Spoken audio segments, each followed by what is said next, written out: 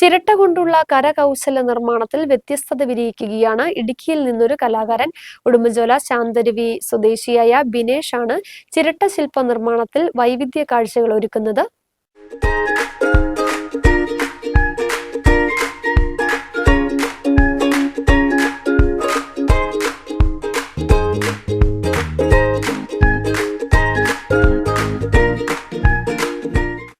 Corona കാലത്തെ രാജ്യത്തിന്റെ പോരാട്ടം ഓർമ്മിപ്പിക്കുന്ന ശില്പം ചെറുതായി മുറിച്ചെടുത്ത് പോളിഷ് ചെയ്ത 480 പരം ചിരട്ട കഷ്ണങ്ങൾ ചേർത്തൊരുക്കിയ ശ്രീനാരായണ ഗുരുദേവന്റെ ശില്പം വാച്ച്, വിളക്ക്, മുയൽ, പക്ഷികൾ ഇങ്ങനെ ബിനേഷിന്റെ കരവിരുതിൽ ഒരുങ്ങിയ നിർമ്മിതികൾ നിരവധിയാണ്.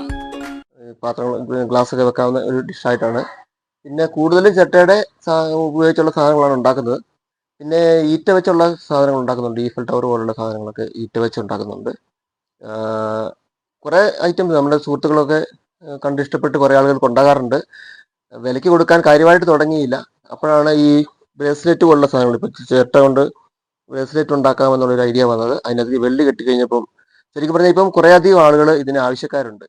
കുട്ടിക്കാലം മുതൽ ചിരട്ട ശില്പ നിർമ്മാണത്തിൽ ബിനേഷ് മികവ് തെളിയിച്ചിരുന്നു.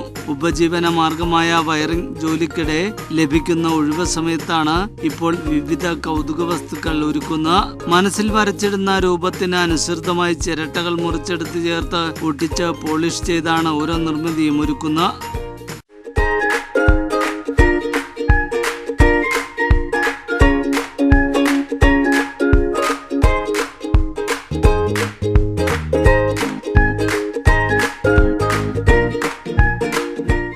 ചിരട്ടകൾ ചെറുമുത്തുകളുടെ രൂപത്തിലാക്കി ഒരുക്കുന്ന കൈച്ചെയിനുകൾക്കും മാലകൾക്കും ഇപ്പോൾ ആവശ്യക്കാർ ഏറെയാണ്. സാധനങ്ങളാണ് ഇത്. ഒരു 10-15 വർഷമായിട്ട് ഉണ്ടാക്കുന്നുണ്ടെങ്കിലും ഈ കഴിഞ്ഞിടയ്ക്കാണ് കുറച്ച് വ്യാവസായിക രീതിയിൽ അല്ലെങ്കിൽ ഇത്രയും ഐറ്റങ്ങളൊക്കെ ഉണ്ടാക്കിയിട്ടുള്ളത്. എല്ലാ ഐറ്റം തന്നെ നമുക്ക് ചിരട്ടയിൽ ഉണ്ടാക്കാൻ പറ്റും. ഇപ്പം പേന, വാച്ച്, മാല, ഇങ്ങനത്തെ ചെറിയ ചെപ്പുകൾ, ഗ്ലാസ്. ഈ ഗ്ലാസ്സൊക്കെ നമുക്ക് വീട്ടിൽ ഉപയോഗിക്കാവുന്ന പറ്റാണ്. ജഗ് പോലുള്ള സാധനങ്ങൾ, ആ കിണ്ടിയൊക്കെ അത് ഉപയോഗിക്കാവുന്ന സാധനങ്ങൾ തന്നെയാണ്. ഇനി കഴിഞ്ഞിടയ്ക്ക് ഉണ്ടാക്കിയതാണ് ശ്രീനാരായണ ഗുരുദേവന്റെ ഒരു രൂപം. 486 പീസുകൾ ഒട്ടിച്ച് ഉണ്ടാക്കിയതാണ്. അതുപോലെ തന്നെ മുത്ത്, ഇതൊരു മുത്തെന്ന് പറയുമ്പം ഒരു 5-6 പീസുകൾ കൂട്ടിച്ചേർത്ത് ഉണ്ടാക്കിയതാണ്. ഇത് നല്ല സമയമെടുക്കുന്ന സാധനങ്ങളാണ്.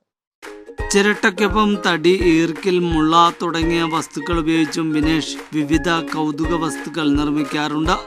ന്യൂസ് ബ്യൂറോ, രാജകുമാരി.